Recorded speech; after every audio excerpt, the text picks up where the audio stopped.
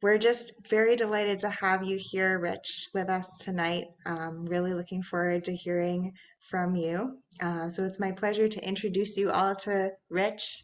Rich is a resident of Wantastigock, now known as Brattleboro, Vermont, and an independent historic and cultural researcher. He has served on the Vermont Commission of Native American Affairs and is a public liaison and tribal historic preservation officer for the Elnu Abenaki, who are members of the contemporary Indigenous community. Rich is founder of the Atowi Project. His work draws upon Indigenous history, linguistics, geography, and culture to share beneficial ways of seeing and being in relationship with place. Welcome, Rich. Uliwuni, Sophie, thank you. It's good to be here with you all. Thank you to Northeast Wilderness Trust, to Sophie, to John. Those are the folks that I know. And I'm glad to meet all of you tonight. I'd like to introduce myself to you first in the Abenaki language. I will be using the Western Abenaki language as one of my main themes this evening as we explore ways of seeing and being in place. So I am a student of the language. I am still a beginner. I am not a fluent speaker yet, but as I spend years learning this language, it's becoming more clear what it carries, the weight, the values, the messages, and how those can be used to inform a response to being in place. So I'll start by saying, Kwai Nidombak, hello, my friends. Bak Winon Guzian, Wigodam Nami Olan, Pamlon Quick. It's good to see you tonight. Ndelewizi, Lisal, Taindai, Wantastigak, Utsisukwakik. I am called Rich, and I am of what you know as Brattleboro, but traditionally known as Wantastigak. And maybe we will talk about why it has that name and why no one knows that name. So I live in Wantastigak. Let's just start right there, because this is a place-based discussion. These are things that I have learned over time. I am still learning. I am a lifelong learner. I think that's a good place to be in. And I'm happy to share with you what I have learned. And I will confess and admit right here that we will never know it all. And that's what life is about, to be here with each other and help to understand and get along. And when I say with each other, I include all of our relations, Ndalongomumek, all of our relations, all of those who are here with us, all of these other ones. I will give an example of exactly how that works. If you look on my Zoom screen down in the lower left corner, you see my name there with the format of preferred pronoun in parentheses. And you will see that it uses the word awani. Awani is an Abenaki pronoun. It means someone. The language does not use gender. Gender is not the overarching definition of who you are. I am a someone, as are all of those around me. They are someones also. And I'll give a specific example of that a little bit later, exactly how that works, and in an inclusive, balancing manner. So I live in Wantastigak, Brattleboro, as it's known today. Brattleboro was founded functionally in about 1760. That's when the active part of the last French and Indian War, the seven Years' War, came to a close in this area, and it was considered safe for settlers to come in.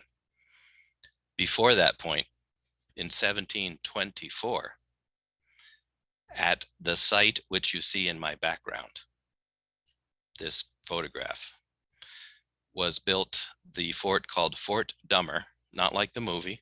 It was named after the governor of Massachusetts at the time, Governor Dummer. And this fort was built on what was then the frontier between the British settlements to the south and the so-called wilderness to the north, which were Abenaki homelands, Abenaki homelands.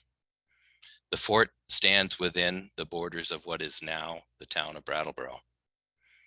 The bulk of the site is underwater due to the flooding of the land by the Vernon Dam, which was built downriver 8 miles in 1909. Another colonist settler predilection to dominate the land and use the resources for oneself. So the fort is underwater except for a little tiny piece, and every year I make a pilgrimage out there because I see it as an important site to reflect upon what has happened, what is happening, what can happen, all of these layers of experience. And it's a tough slog getting out there. It's completely overgrown wetland, and took me a long time to get out there. And by the time I was heading back, the sun was setting, and I knew that I had to retrace my steps, which were arduous. And every time I get back to the house, I am bleeding. I mean, that's how rough it is getting out there. There's no trails. But this is where it all began. The process of changing the story, of impacting the landscape here in a different way in 1724, and that process is ongoing. If you were to come down here nowadays,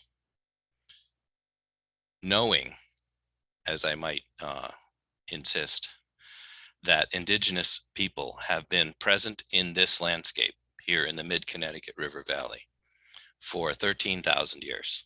13,000 years. It's a long time. And not only surviving, but doing well, because that duration speaks to that. You might ask me, if you were here, show me the evidence of people being here for so long. What does that look like? And the answer that I would give back to you is that basically I cannot show that to you.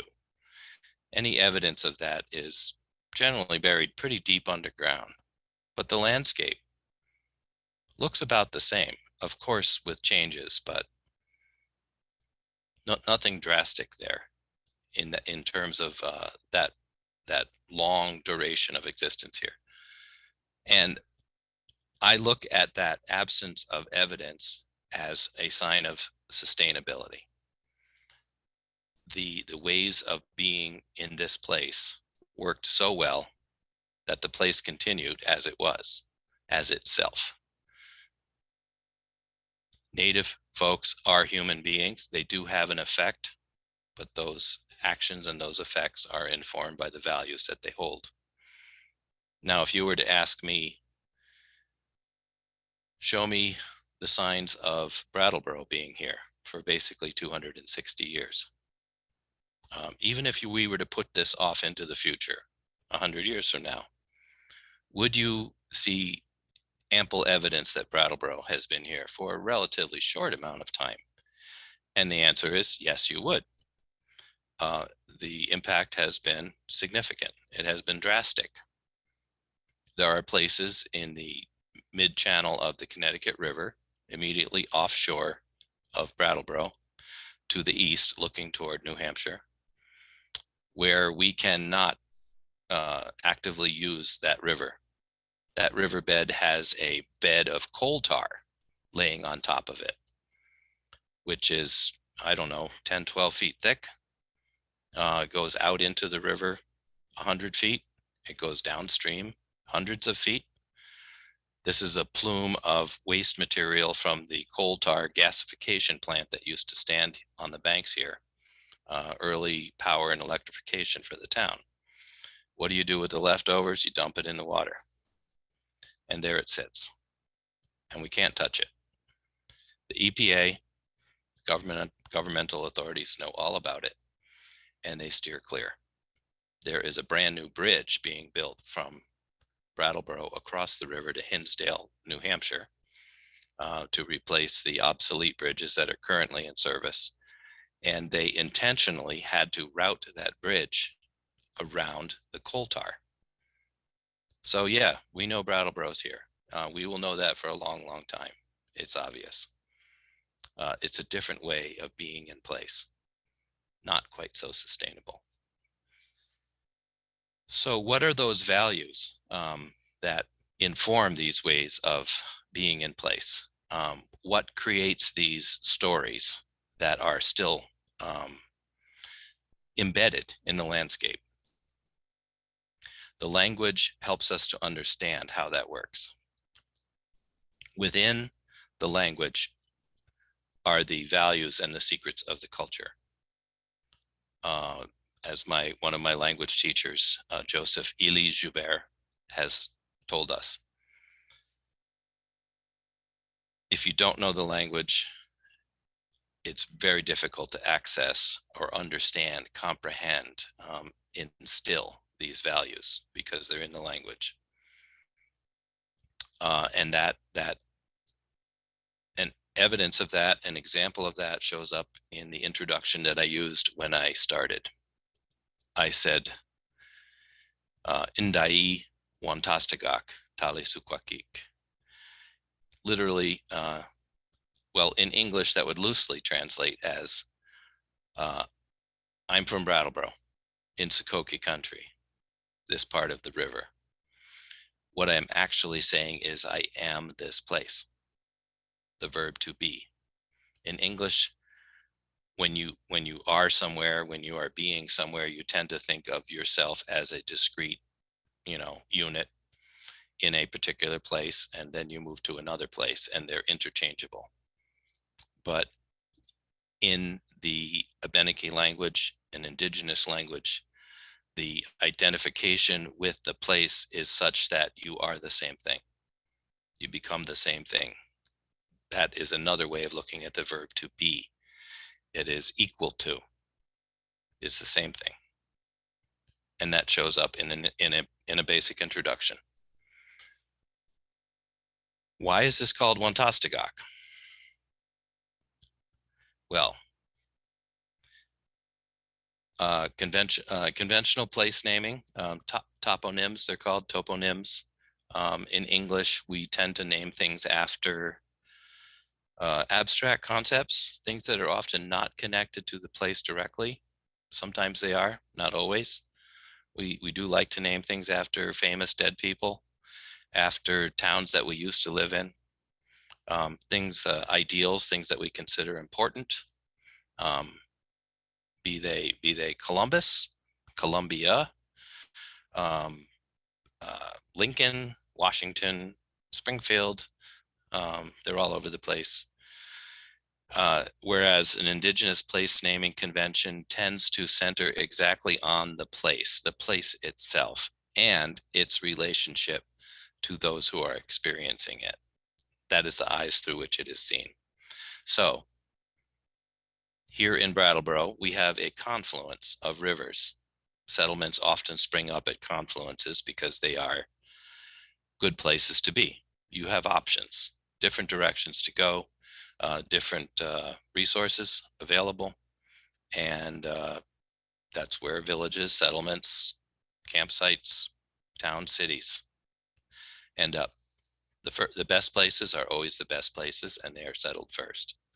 And so, yeah, the first British presence in what is now Vermont is here in Brattleboro. Brattleboro is named, to give a prime example, after a man who never lived here. It's named after a person named William Brattleboro the Younger.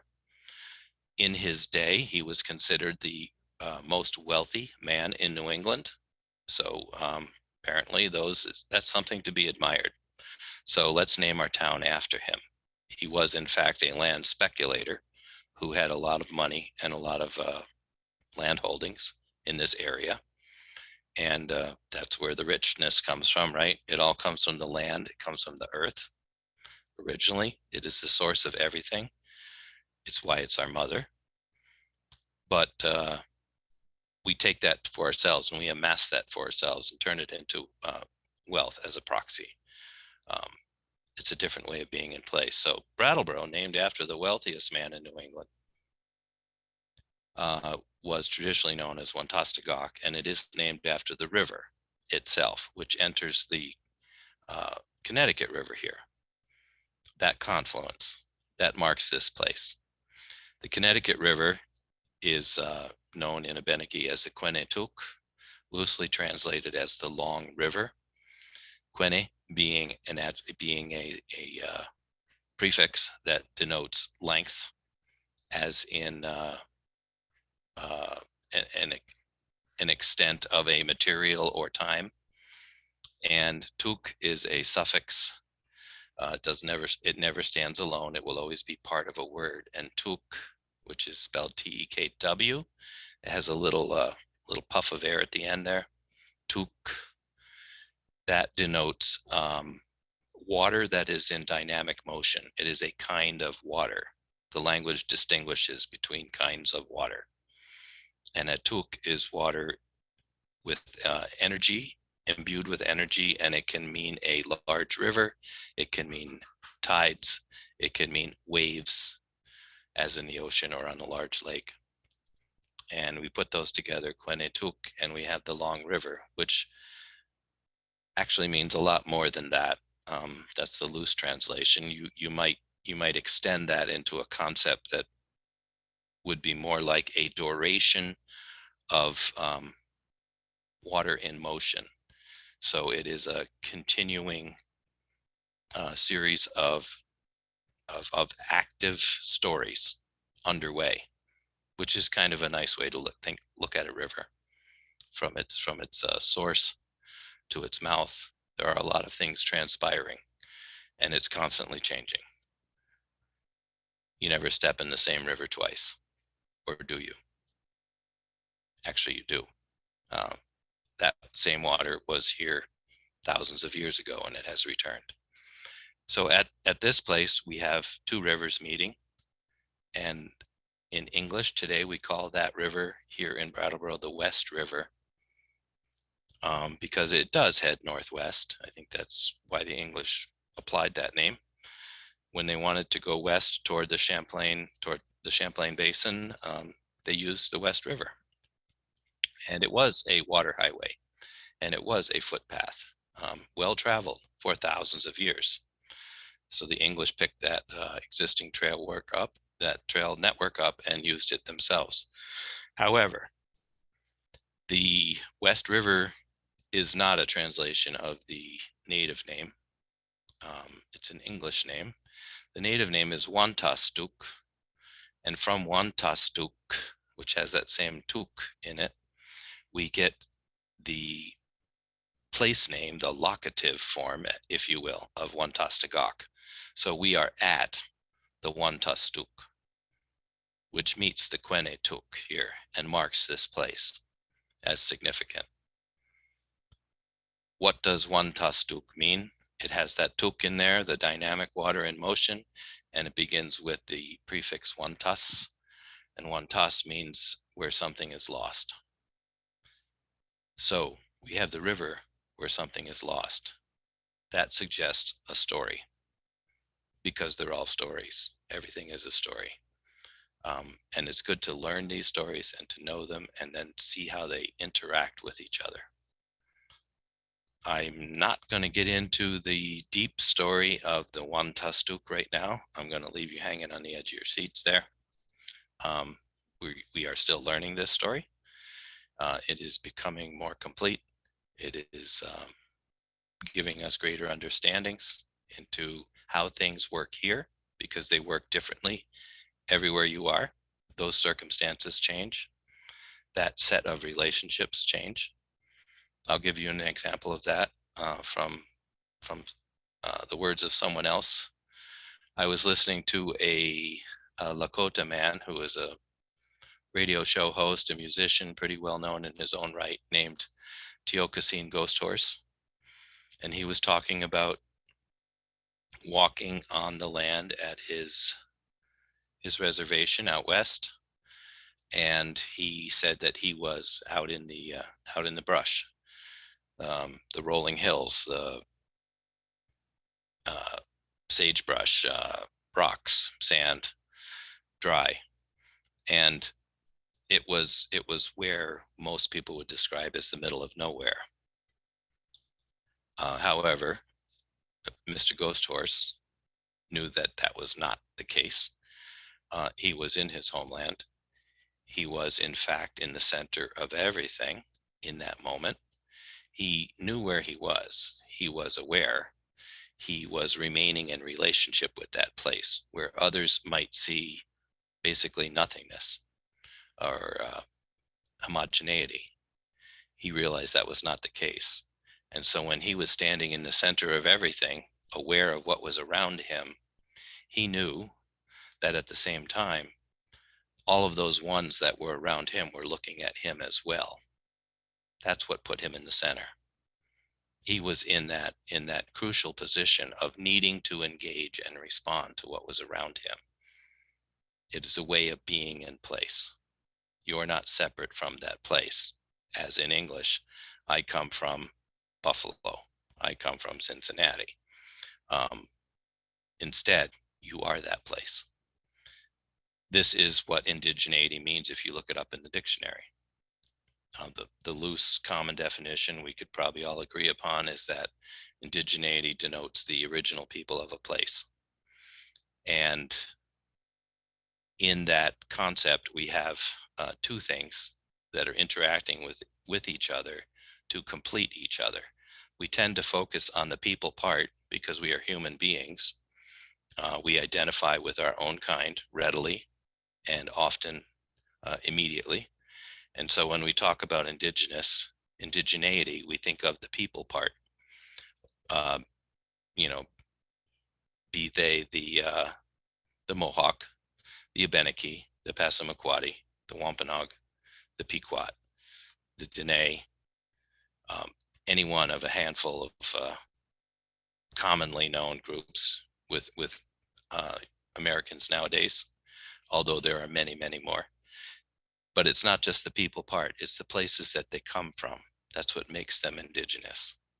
That's where their values and their culture spring from.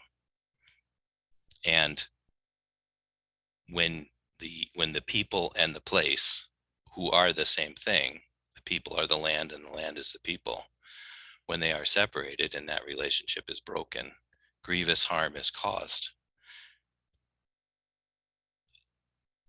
It is deeply affected. Both things, both the people are affected and the land, because the land responds to the people. It is affected as well. It's not neutral in this. And that harm, that lasting harm, that severing shows up to this day in the way that indigenous people are living here in their homelands. That colonization process that took place a long time ago continues to this day. It is not a point in time, it is a process. Look around you. Are the original people of the place where you are tonight, are they still there? Are they readily evident? Are they living and thriving there? Generally, the answer is no. That relationship has been broken. And it needs to be restored, because that's where health and vitality comes from. I'll tell you a little story. This occurred to me a couple months ago. Two different stories that I was aware of, and I didn't see the overlap until recently. And it speaks to this idea of different ways of being in place, different results, but all made out of the same thing, because there is nothing new. Everything that is here now is continuing. It's just changing. I can't remember which law of thermodynamics it is, but energy and matter are conserved, and all it does is change shape and form. So here's a little story. Here in Tostuk,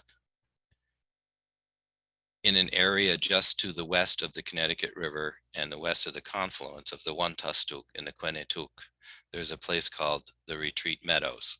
Now it's named after a hospital that is nearby called the Brattleboro Retreat, which you may or may not have heard of. It's been around since the 1830s and it still persists. It's very active. It is one of the psychiatric hospitals that the state of Vermont uses for most of the folks that need those services. And they owned these meadows at one time, but those meadows had been cultivated, used, occupied in relationship with the native people that were living here in this place, who would have referred to themselves by the river upon which they lived, the one Tostegok. Now out in this meadow, which is very, very rich, bottomland, floodplain, alluvial soils, you could grow a lot of really good things. And the native folks who were here would have been growing their Three Sisters crops, among other things, corn, beans, and squash, right? These are native crops. And we still use them every day, and the world uses them. I think corn is, I think, the second highest utilized grain in the world, but it started here.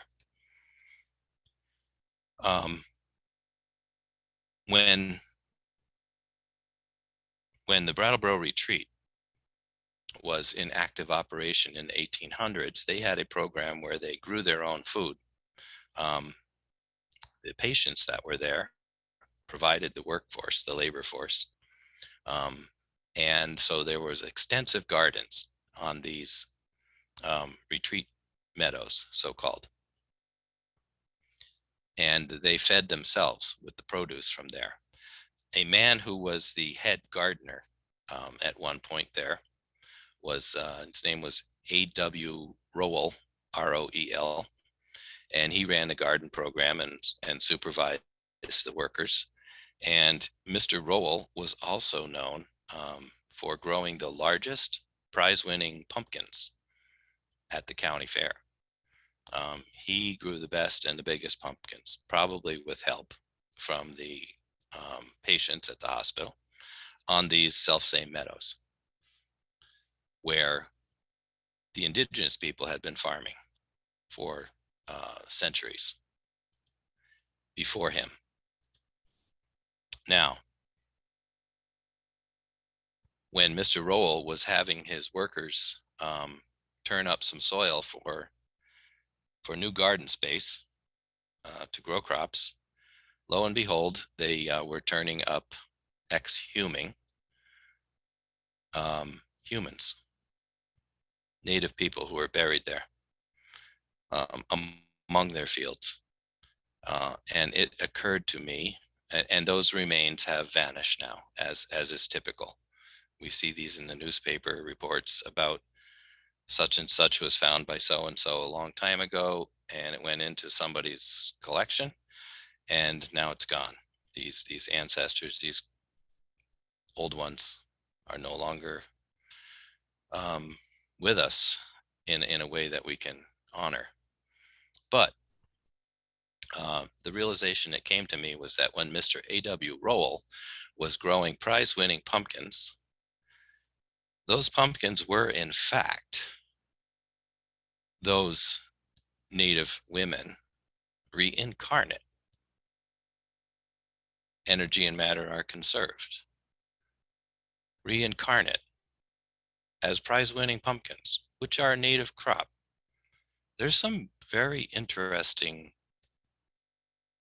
balancing and justice going on here, and at the same time, a twisting and a usurpation. So these stories are connected. And that's a powerful example in my mind of how that plays out right here.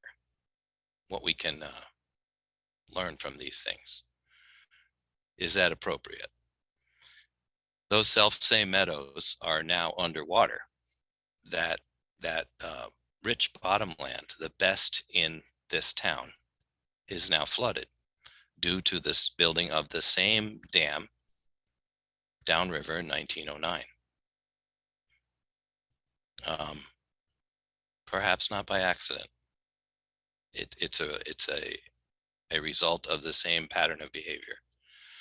That same dam, again, a little further down the river toward the confluence, is a site of petroglyphs, carvings made in the bedrock by native people. One of only 2 primary petroglyph sites in what is now the state of Vermont. These are uncommon. They only they are placed only in very significant places for very significant reasons, and those reasons are present in this place, again marking it as a notable place where a response and a relationship is engendered and required. And those petroglyphs, those messages that were placed up to, well, the experts will tell you, perhaps up to 3,000 years ago, a long time ago, again, they're still there. They're still serving their purpose. They are still evidence of a way to be in place and respond to it in relationship, but they are underwater and they're out of sight due to actions that followed. Again, there's a path that the stories follow here in their connections, if you want to follow it. Something worth thinking about. I would like to talk to you a little bit about the concept of time, because when we think of layers of stories, in our historiography, we often will have timelines, and things happen in the past, and then we have the present where we live and where we look back and we study those things. And then there's the future, which is further down the line at the other end. And hopefully we learn the lessons of history so that the future turns out differently. Unfortunately, that doesn't often happen. For a couple of different reasons, I'm sure. Often we don't know the past, we don't bother with it. We don't assign the importance to it that it does carry. And so we repeat those things. And the other reason is that we just do what we want to anyway. And so it happens again. And again, this is informed by the values that one carries.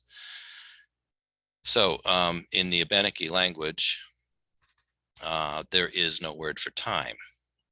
It's not a thing. It's not a concept that, again, is overarching and controlling. Whereas we tend to live our lives by the clock nowadays. That is not, well, it's not healthy. I think we can probably agree on that. And it's a sign that we are disconnected to the things that might order our lives and inform us, such as the sun, moon, the seasons, the precipitation, all of these other things that one would be a little more in touch with if you weren't staring at the clock all the time. The Abenaki do have a word for the clock. When you encounter something new, you try to wrap your head around that and come up with a way of understanding it. And the word, I don't have the exact translation in my head right now, but it's something like the thing that makes noise for no reason, which I think is kind of humorous and kind of accurate. There really is no reason for that. The language also accommodated a word for time, because time became paramount when European settlers showed up here, and the folks that were here were encountering these strange new concepts, and they had to find a way to get along with them, amend their culture, amend their language. And so the word for time is kasikipunda, kasikipunda, and that translates as so much sand falling down. Again, somewhat humorous in that you can immediately think of, well, that's pretty accurate. If you're looking at an hourglass, you see all this sand falling down, and for some reason, some people think that's really important. So we should make note of that. In an Abenaki sensibility, so much sand falling down could be thought of in a different way. That's a little more true to being aware and in relationship with place. As my language teacher has explained to me, Abenaki words can have more than one meaning. They are not locked down. There is not a right or wrong necessarily, so it's okay to extrapolate and interpolate, and that's nice. It's nice to be able to do that, free your mind a little bit. So when we say so much sand falling down, we could also be talking about the fact that the last time I traveled down this river, going from here to there, because rivers are alive, these riverbanks here to my right and to my left, they look a little different. There has been change over time. Now they appear differently to me. So much sand falling down. More on this side, less on that side. The river has moved because of what has happened since the last time I was here. It's a little more engaged way of responding to change. Change is a word that actually substitutes well for the word time. If you can put change into your vocabulary instead of time, you will be more present. It kind of makes sense. So in an Abenaki way of looking at the idea of change, where is the past? There is not a denial of the past. There is the past, but where is it? If it's not back there, it's actually with us. The past is with us. I literally carry the past inside myself. My grandparents are within me. My great-grandparents are within me. Way, way back. You can go back as far as you want, and part of that is within me. So the past is with us. It is inside. That is a way of looking at things. It is inside. And what is there in terms of time? There is only now. This is an important concept, that there is only now. It is created out of the past, and that's where we find ourselves. All we can do is be here now, to use the trite expression, and to respond to what we are encountering in the middle of it, in the center of everything, not the middle of nowhere. Locate oneself in space, not outer space, just space, all of the dimensions at once. You may have heard of the expression, the 7 directions. You have your cardinal directions. Behind me is west, that's where the sun is setting. Counter to that is the east, where the sun rises, Wombanakik, the dawn land, from which we get Wabanaki and Abenaki or Abenaki, or if you're from Vermont, Abenaki, or if you're really from Vermont, Abernaki. Throw that R in there. We're Yankees after all. And then you have the south, the summer land, and the north, the winter land. There's your 4 cardinal directions. Then we have the world above, the sky world. We have the world below, in the earth and underwater. And then we have the center, where we stand, in the center of everything, and that is you. That's in your heart. And that is denoted by here and now. That's where we are. So that's the point that you respond to everything from. It takes a while to learn how to be in this way. I think it takes a lifetime. But this is the way one orders one's life and informs a way of being here. So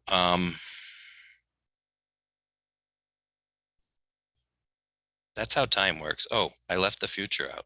Where's the future? Future is important. The future is being created right now in the present. What we decide to do right now with everything that is here with us, the energy and matter that is conserved, no disagreement between Western science and indigenous knowledge. They are in complete agreement. They just approach it in different ways. Science is reductive. It takes things apart and it breaks them down to understand how they work. Unfortunately, when you break them down, it doesn't work anymore, right? The whole is greater than the sum of its parts, whereas indigenous knowledge is about relationship and how things come together. Same, working material there, handled in different ways and ending up with different results, very different results. As I mentioned earlier, 13,000 years of human presence here, indigenous presence, and 260 years of Euro-American settler presence, very different results. And the direction that this place and the planet in general is headed is a certain set of results, which we are grappling with now in terms of environmental degradation, climate change, loss of biodiversity, all of these things that Northeast Wilderness Trust takes very seriously and is working to address with the help of all of you, for which I am grateful. I'm a big supporter of this work, and Northeast Wilderness Trust is, I think, leading this work in this area. So thank you. Another little language lesson, and I'll wrap up shortly, and we can take a few questions. But I'll leave you with this. When I express my gratitude, I use the word in ndalamizi. It's a compound word, as are all Abenaki words. We take these little tiny words and we put them together. We bring them into relationship with each other to create a new concept, a new way of being together. So when we take the personal pronoun which is the first person, and we hook it up with the root word Allah, which means the way, and then we cap it off with the suffix mizi. Mizi is the self-sense. I am sensing this of myself. We have the word ndala mizi, which loosely translates as I am grateful or I am thankful. But the literal translation is I sense that I am in the way. I am in the, this is the way that I am. It is the normal way. It is the typical way. It is the expected way. So to be grateful is to be in response to the gifts that are around us. It is the default position that we should all find ourselves when we examine our hearts, when we look inside, when we use this mizi sense. We should find ourselves Allah, in the way. If you're not in the way, if you are not grateful, you are out of relationship. You are not on the bus. Get with the program. Our mother is good to us. Let's be good to each other. Let's create some good, lasting stories that have good results. I will wind down here. I would like to ask you to check out the Atowi Project, the cultural outreach program that I and my colleague Melody Walker-Mackin are operating. And yeah, Sophie just put that in the chat, and it's in my my label there in the Zoom screen, Atowi Project, Atowi. It is an Abenaki word. That means together in space and time. I think that's a wonderful concept, and it sort of sums things up. Here we are, and what are we going to do about it? Atowi. So if there are questions, Sophie, do you want to handle that somehow? Yes, absolutely. Thank you so much, Rich. It's wonderful to be here in space and time with you. I'm really grateful.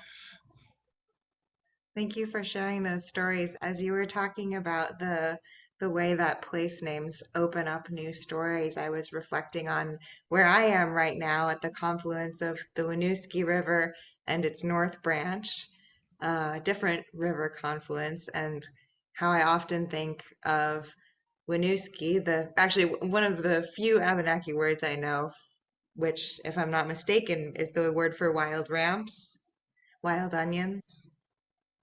Yes. Um, my screen just changed here. One second Oops. here. Everybody got tiny. Well, both of us. So hello to the rest of you. I can't see you, but you're out there somewhere. They sure Um, are, yeah. yeah. So yeah, Winooski is an Abenaki place name, a toponym that has survived till now. Vermont has very, very few native place names, and that's a whole nother story. I could explain that to you. I have theories, but Mm, Winooski has survived, and it is a compound word. As you said, Sophie, Winus is the word for what we would call ramps or wild onions or wild leeks, Winus, and Ki is land. mm, And so Winooski is wild onion land. And the river, which flows through, carries that name as well because ramps like to grow in damp, rich soil. And you can often find that near a river. mhm. So, yeah, Winooski, we still have Yeah. that. There's a few other place names.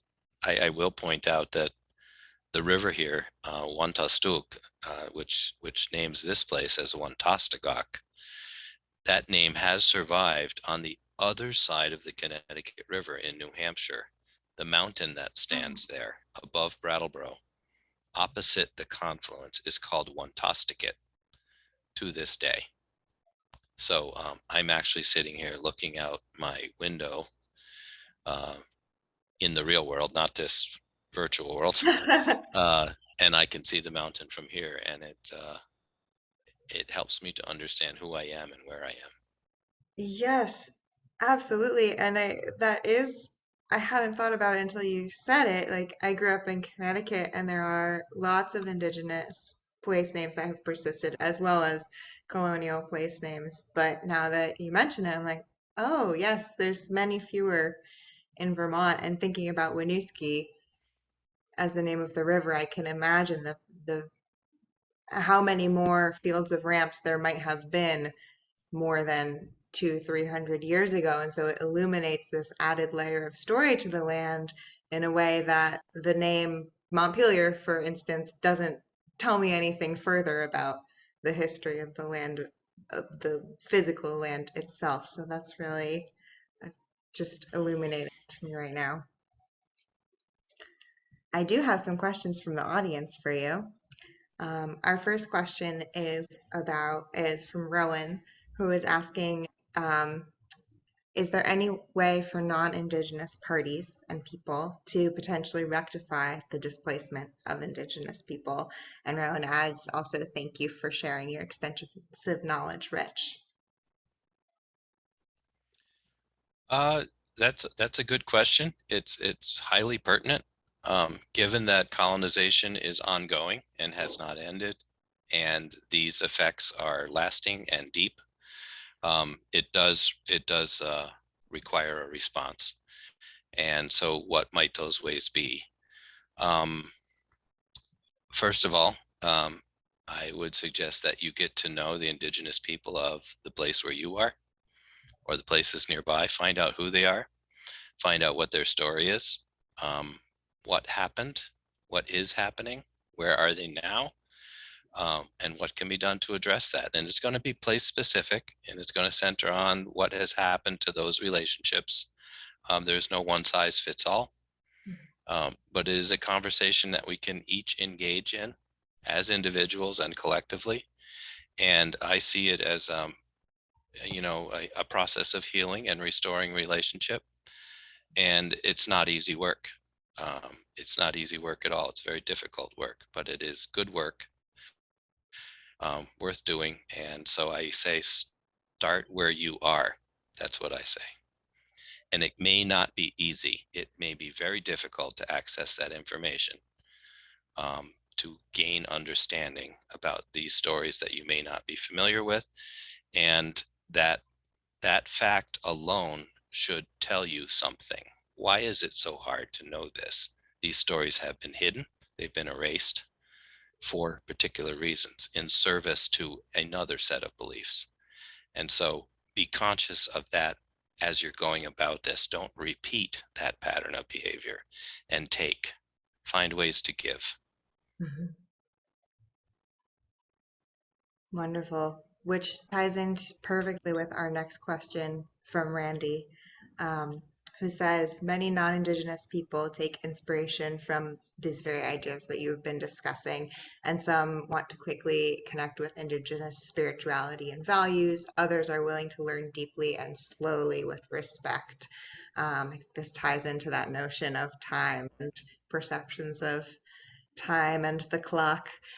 So Randy's wondering what your advice is for those who want to become more indigenous to the places they are, but also don't want to appropriate indigenous culture and ceremony.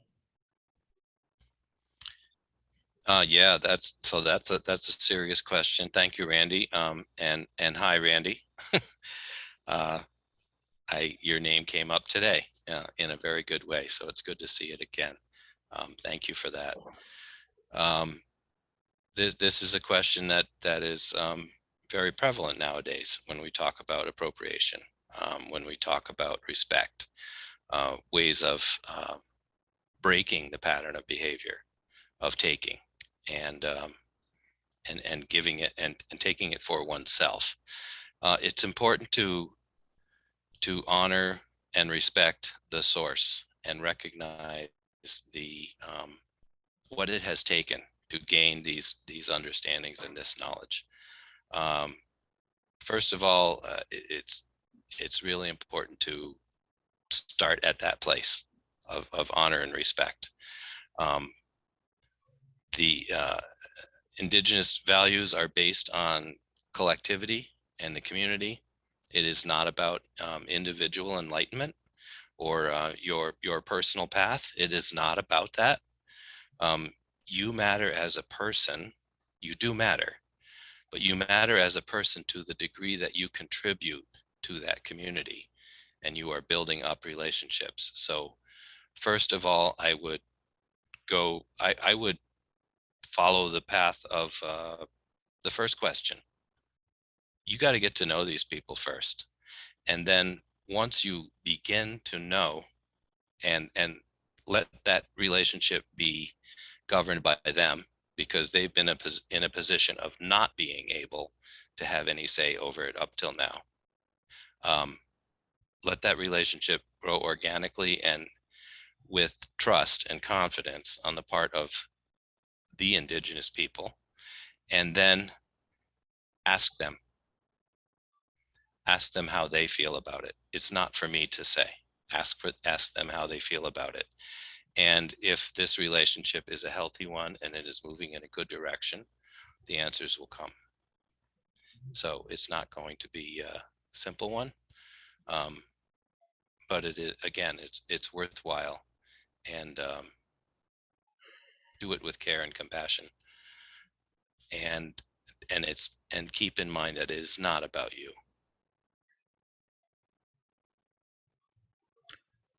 A furthering of reciprocity Yeah, yeah, exactly. exists in many forms.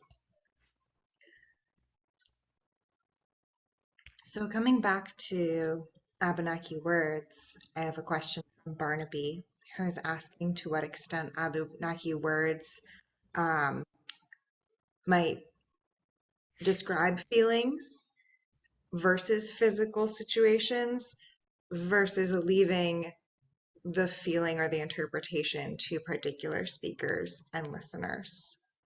Barnaby also asks whether there are newer words that have evolved and like reflect new insights into land and ecology. Well, that's a complex question. I'll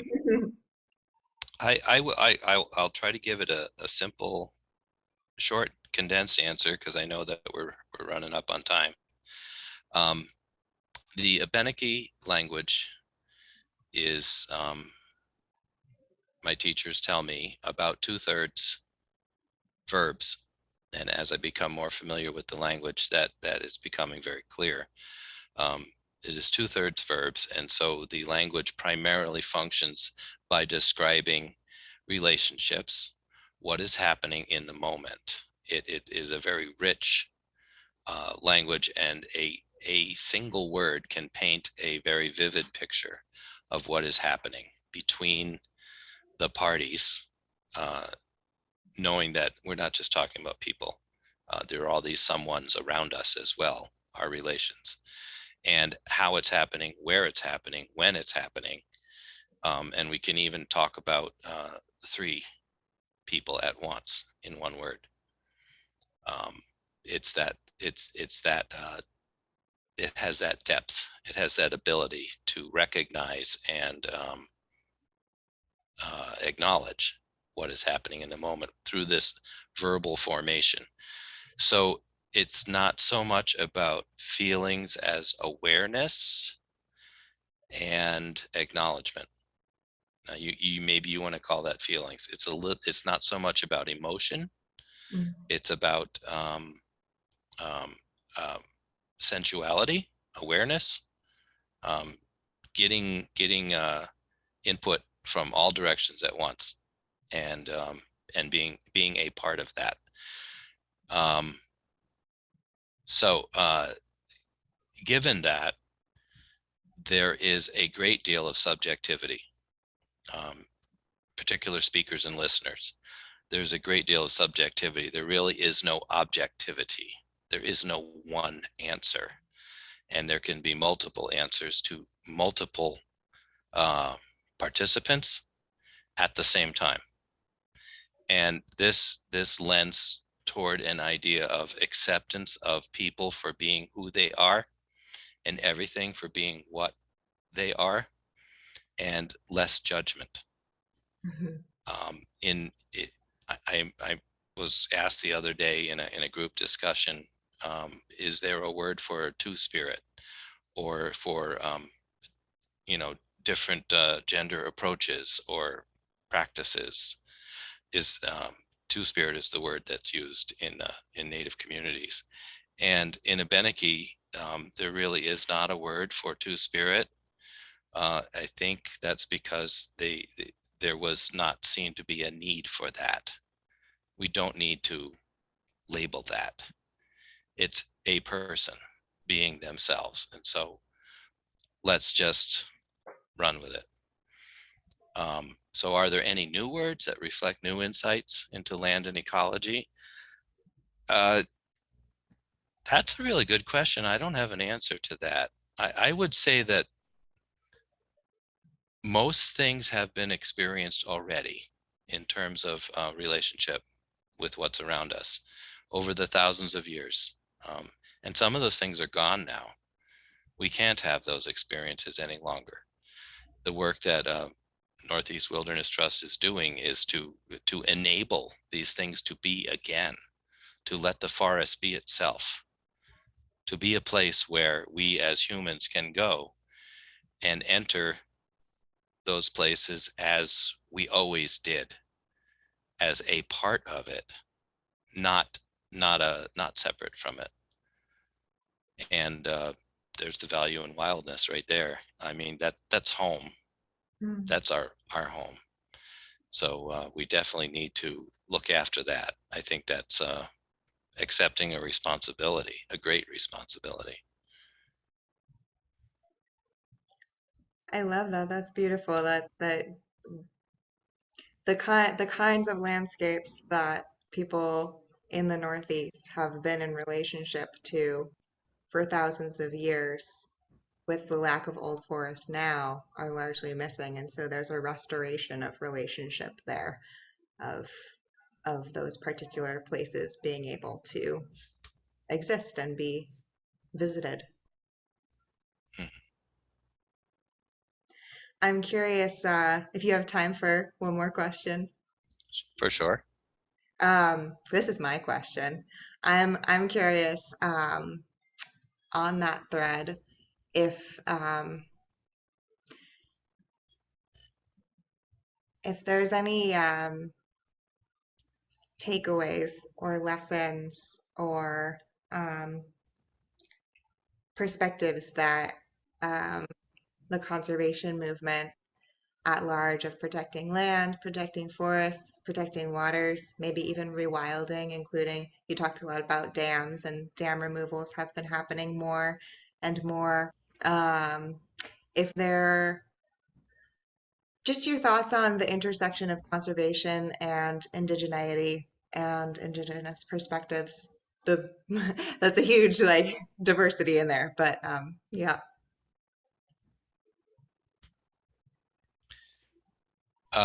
Yeah, that's a hot button question, right? In the conservation world, it's a dynamic that is being acknowledged and engaged more nowadays. I believe Northeast is probably a little more forward thinking in that respect than some. The others will catch up eventually, I trust. But yeah, how do these things work together?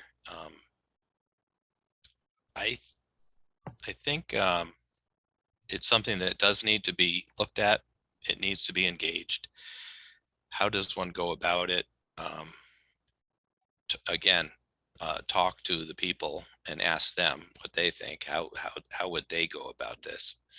Um, what is their take on it? So first of all, there's that.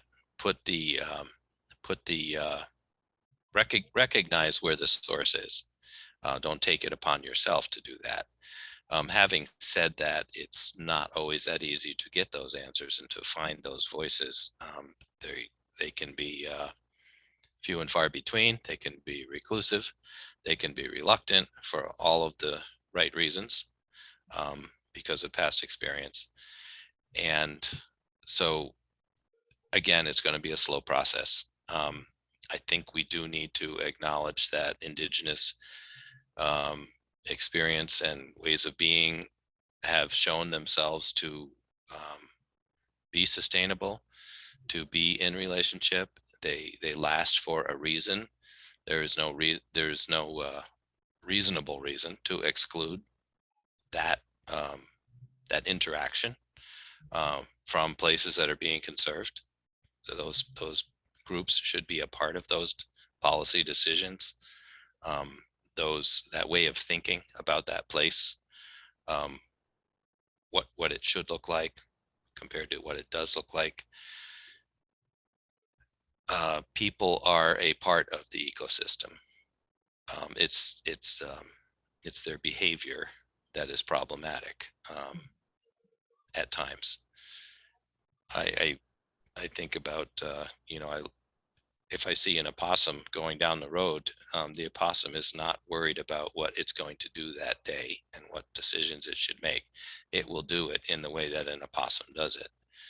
And same with a maple tree or pine tree. And so we need to start thinking in those ways and include these things as give them the measure of inclusion and honor that they deserve because they came out of this land. These ways of being and these languages themselves came right out of the land, so they need to be brought back in. Again, it's going to be place specific. Yeah. A huge a huge amount of diversity and local specificity in these Hmm. places and people. etc. And I've got one last question that I think would cap off our evening really nicely. Um, Krista is asking your thoughts on people reshaping our relationship to land and your thoughts on how we can enter the forest as a part of it rather than with the conquest mindset. Yeah, yeah. What can we do? Um, First of all, do it. Go go out there. Uh, Go out into the woods. Alosa da kapiwi. Let's walk in the woods. And when you go, recognize that everyone else that is there is looking at you. So act accordingly. You're being watched, not in a a weird sneaky way. Um, there's a relationship being requested, a reciprocal relationship. Um, I would encourage you to don't talk much. You should listen, so you can be present. It it doesn't this change in ability to participate does not come quick or easy. It takes a long, long time, just as it does with us as human beings. It's not a good idea to get married to the person you met last night. You should probably let that relationship grow. And the longer you let it grow and the more you tend it or you allow it to be, at this point in my life, I have learned that you can't change people. They are who they are. And if you're going into a relationship, you need to accept that. And it's the same way when you go into the woods. Mm, Accept it for what it is and be there for them. They are someone's, they are people too. And and let it let that process happen. Um, everyone in every place has had to do that. When they first showed up there, they had to do that. And it can take thousands of years. So, let's get started, please. yeah, with that patience and long-term commitment with being ready to take things slow. Well, I'm definitely going to be taking that with me into the forest the next time I go, tomorrow in the coming days, um, and and beyond. And Mm-hmm. I'm sure many folks on this call will as well. Oh, and George is saying that he was honored to be watching while a group of Eastern Cottontails were cavorting around him in his neighborhood in Boston. So we had the more than human community in attendance here tonight as well. Isn't that Thank you. great? That's wonderful. Thank you so much for your time and stories and sharing all of that with us, Rich, tonight. We really appreciate it. Well, Wuli Wuni, Sophie, thank you. And Wuli Wuni MZW, everyone out there, uh, have a good night. It's good to be here with you, and I hope we can meet again I hope out in so. the woods. In the woods, preferably. Yes. Get the screen out of the way. Yes. Take care, everyone. Good night. Good night.